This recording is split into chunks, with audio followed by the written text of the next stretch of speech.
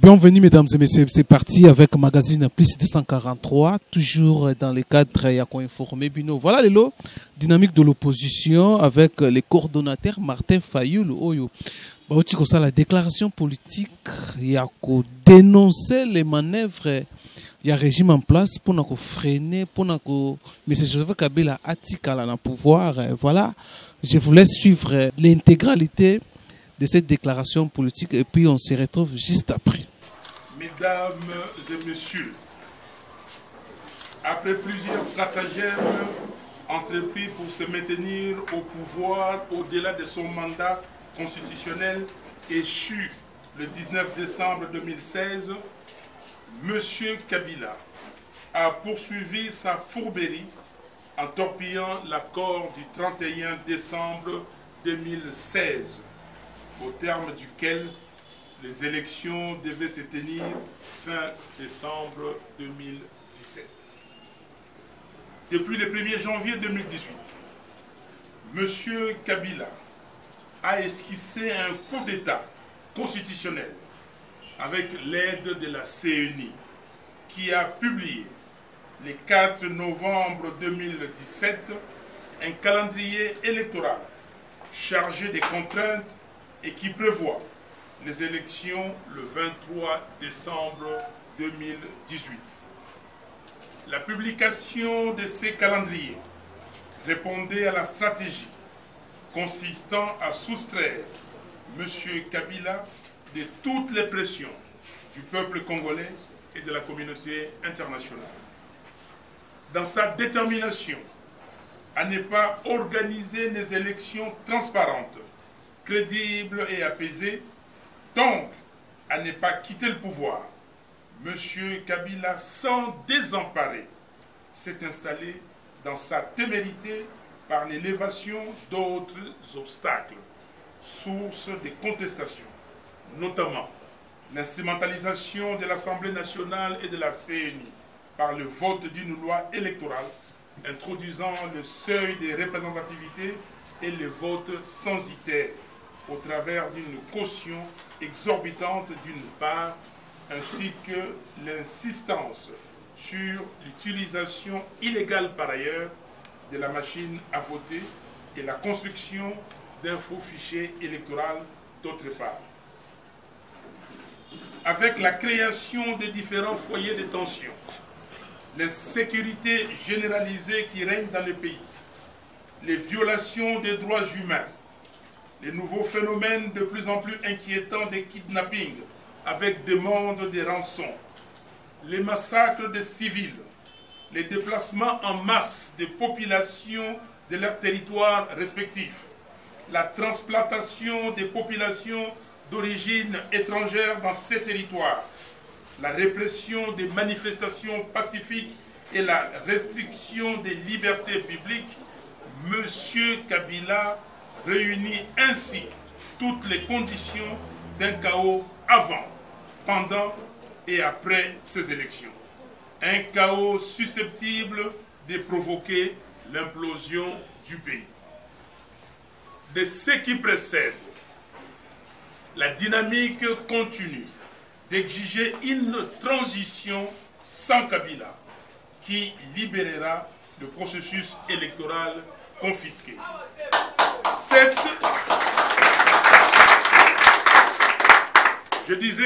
Qui libérera le processus électoral confisqué. Cette transition ouvrira la voie à des élections crédibles, transparentes et apaisées pour une réelle alternative démocratique et le retour à l'ordre constitutionnel. La dynamique rappelle à l'opinion nationale et internationale que le boycott des élections n'est pas dans son discours politique. La dynamique demande au peuple congolais de rejeter catégoriquement la machine à voter que les Congolais qualifient désormais de machine à voler. La dynamique CENI met à la disposition du public tous les dossiers d'appel d'offres international relatifs à l'audit du fichier électoral y compris la lettre adressée à l'OIF lui demandant de conduire l'audit ainsi que la réponse de cette dernière. La dynamique exige l'audit financier de la CNI par une organisation internationale indépendante.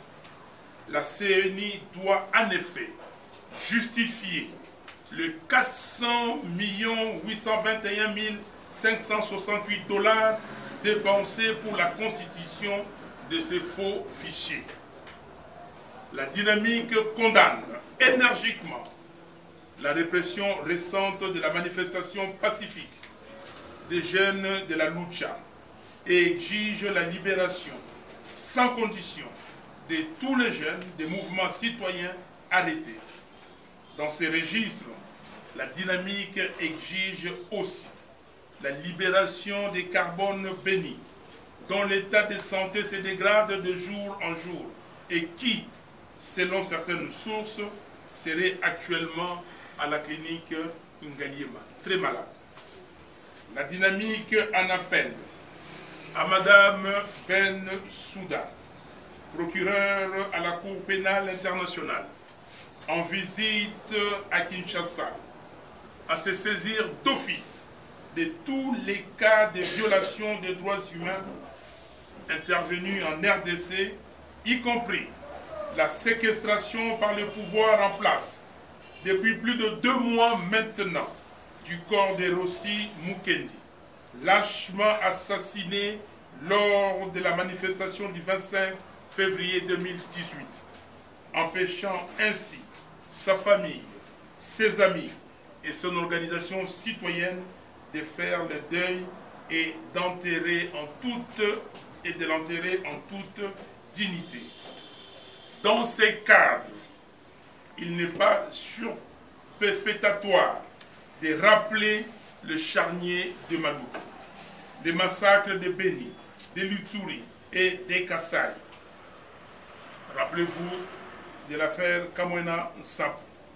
La dynamique en appelle à la diaspora congolaise, au travers de certaines personnalités, des leaders d'opinion et de tous les autres compatriotes, à se mobiliser comme un seul homme pour libérer notre pays de l'emprise de M. Kabila et associés. Chers compatriotes de la diaspora, vous êtes plus de 10 millions de Congolais vivant à l'étranger. Vous êtes définitivement une force qui peut faire changer les choses. Notre responsabilité commune est de conjuguer nos efforts pour sauver notre pays en danger. La dynamique informe enfin l'opinion nationale et internationale qu'elle tiendra sa 3e convention les 29 et 30 mai prochains, et à l'issue de cette convention, la dynamique lèvera de grandes options en rapport avec les défis politiques et les menaces qui pèsent sur l'avenir de notre pays.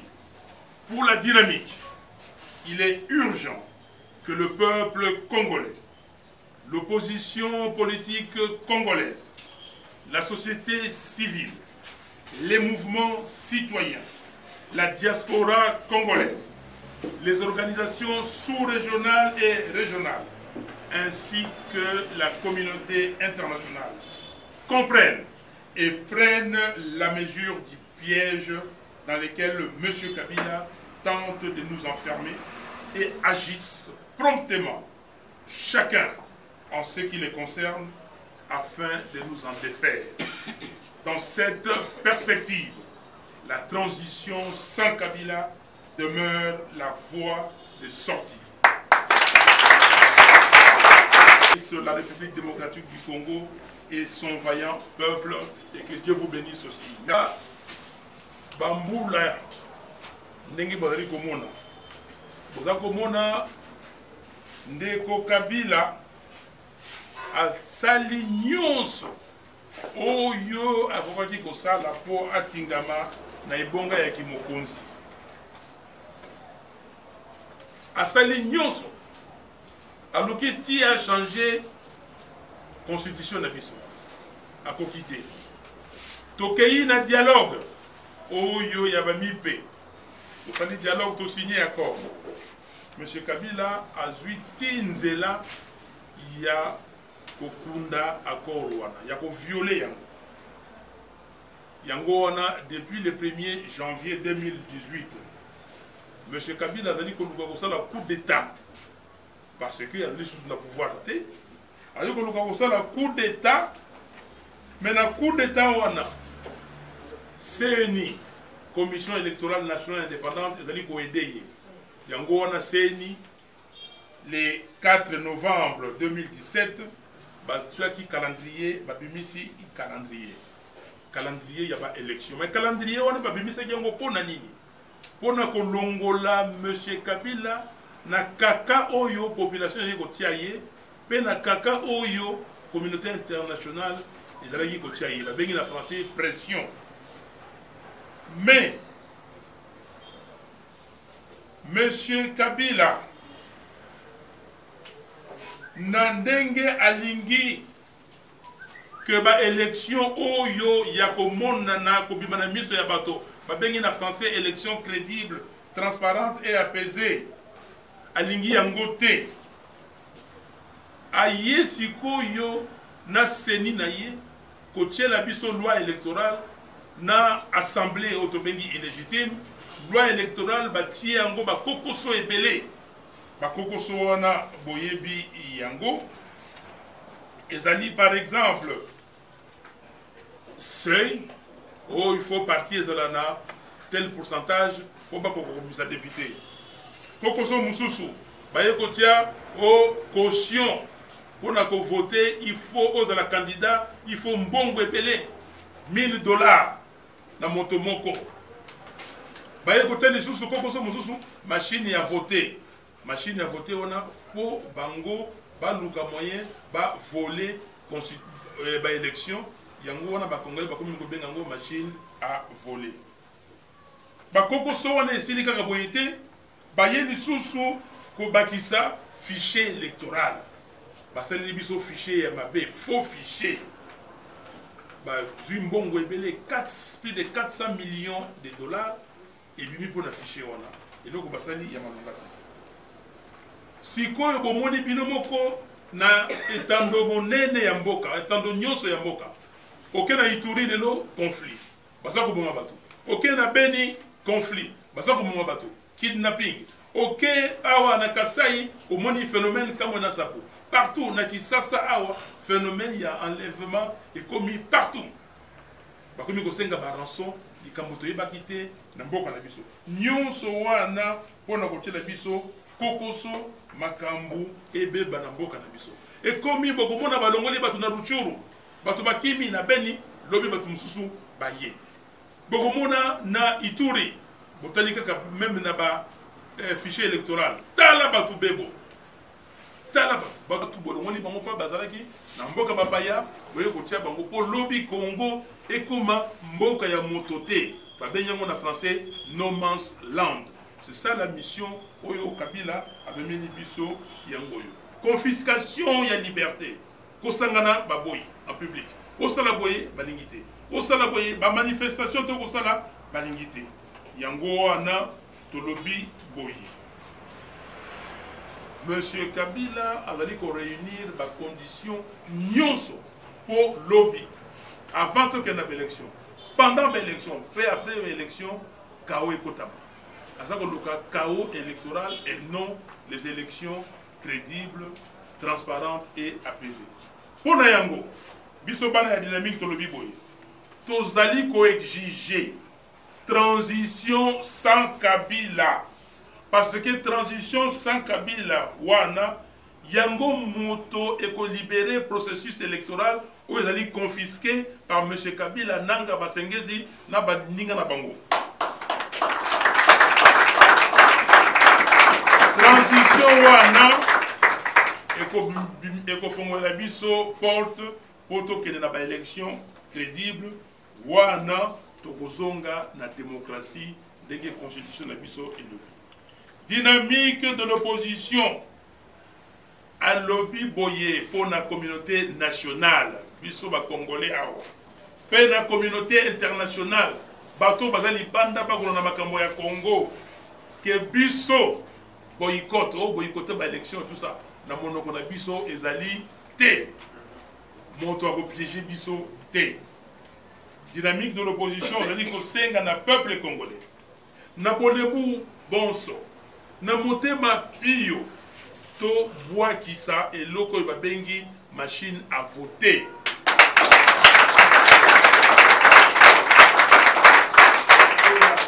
Bwakisa machine oyo bino moko ba congolais bokomi ko benga machine à voler moto andima yango te. Dynamique esengi na seni bapesa biso mikanda nyonso oyo babimisaki mpona kosenga que institution moko internationale ya makasi ya kafu eya kotala makambo oyo basalaki ya audit makambo oyo basalaki mpo na kobebisa mosolo ya l'État oyo babebisi 400 821 568 $. Basali po na kosalisa fichier électoral oyo tozali ya mabe bayebisa biso mosolo wana ekei wapi. Donc toza ko exiger audit international. Moto moko te apalangana te, moto moko te aloba o non botika bango ezali mbongo ya l'État. 400 millions c'est 10% ya budget national. Moto moko te ayo kozango atie yango na libenga na ye. Dynamique elobi lisusu boye que il faut que CENI banani bato ya Kabila ba lobana biso ke batiki bandeko na biso nyonso bakangaki bandeko ya lucha bazali kotambola po na ko manifester bakangi bango mingi baza na prison ndeko na biso bandeko na biso mingi lelo yo bazali arrêté bazana boloko bakanga bango il faut batika bango ndeko Beni Carbone ya Filimbi bakanga ye tala lelo yo sans ami balé mobimba sans ami balé lelo yo toyoki kazali maladie état de santé des amalamu te na tongo yo toyoki ke azali na hôpital ngayema babimiye kuna moyen ezali te donc ezali mawape son. Dynamique opposition. Et lobby na madame la procureure ya CPI, madame Bensouda oyo azali na visita wana Kinshasa na RDC. Que ata la makambu nyonso oyo ya violation des droits de l'homme ezali koleka awa. Banda makambu ya charnier ya maluku. Toloba yango bumonaki makambu tosalisaki semaine ya le 19 au 25 janvier 2015, baboma batu bakenda komona na kuza na charnier maluku faut kolandela makambo wana. Makambo ya Beni ndenge za koleka koboma batu. Makambo ya Ituri koboma batu. Makambo oyo eleki na Kasai, bakasai nyonso wana. Oyo bayo koboma tiba expert internationaux. Tolingi batala makambo, atala makambo wana alandela yango. Alandela biso pe likambo oyo ya ndeko na biso Rossi Mukendi. Baodei koboma wa le 25 février 2018 na manifestation na CLC zayi kosalisa balai catholique babomi mwana ya batu atiki mwasi na bana azali na baboti baze kolela ti lelo oyo bandeko na ye bakamarade na ye biso nyonso moyen tosalisa nani balilita ya ndenge balelaka bato epai na biso ezali te. Yango wana tolobi atala makambo wana po nani nzoto ya carbone babimisa yango tolela ye malamu. Excusez-moi, carbone po babimisa carbone na hôpital na boloko ibongo nzoto ya Rossi babimisa yango tolela yango na ndenge elongo bani.